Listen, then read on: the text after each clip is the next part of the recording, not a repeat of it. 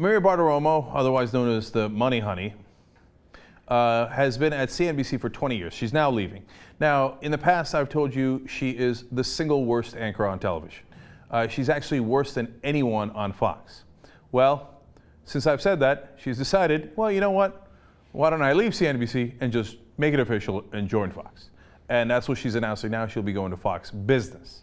Now, Fox Business has had trouble getting more than 13 viewers, so they're hoping that if she does the coverage during the market hours, as she did for CNBC for so long, that they will attract viewers that way.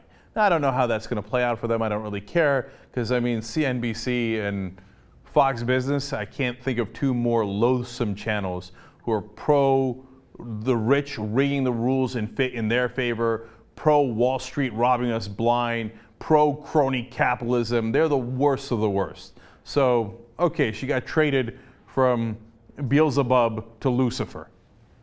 You know, 6 in one hand, half a dozen in the other.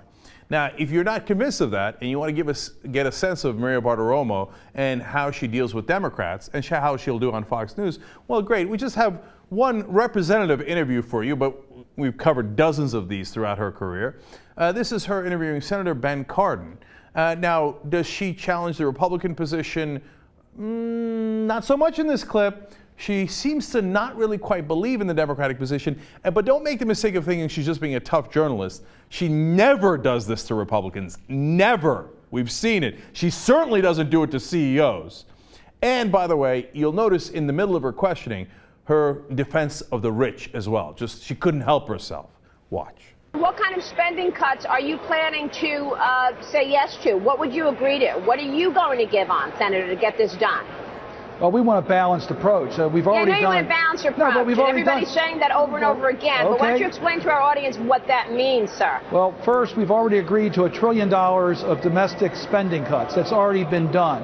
Secondly, That's done. We're talking about the here and now, not what's done.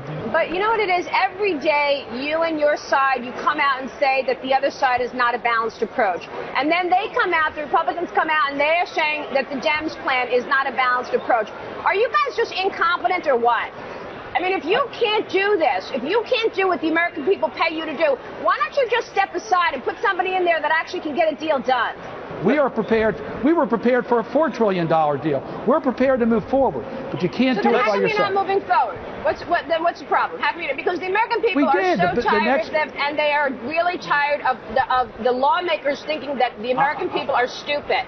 You can't keep coming on the show every day saying the same thing. It's not a balanced approach. You can get $1.2 trillion by changing the tax code. That means eliminating loopholes. Are you prepared to vote to eliminate the loophole of charitable deductions? Are you prepared to put that on the table? No. No. Are you prepared to put on the table the mortgage deduction? Will you put on the table the mortgage deduction? Yes or no? I am not going to make a decision in the next couple of days. Are you prepared to take away the carried interest loophole? Are you prepared to take away the carried interest loophole? Yes or no? Are you interested in me responding? Because you're talking about $1.2 trillion in revenue, but all you said is no. You're not prepared to put anything on the table. People are not stupid. That's all you want to do. That's it. It's your way or the highway. Raise the rates on the rich. No other way. Your way or the highway. Senator, that's it. That's where we are. Next time, Senator, next time, let me answer the questions. It'd be very nice.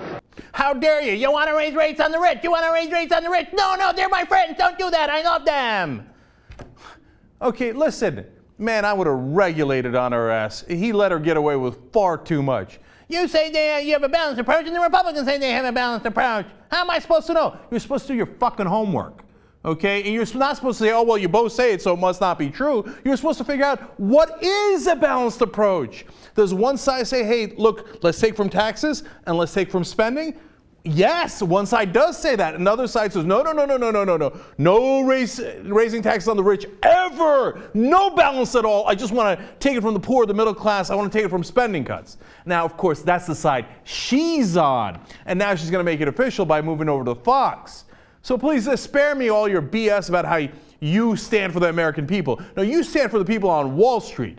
And you stand for the powerful, the rich, the 1%, the people who are already robbing us blind by the corrupt government that they have bought. So yes, by all means, move on over to Fox, exactly where you belong. The single worst anchor in television.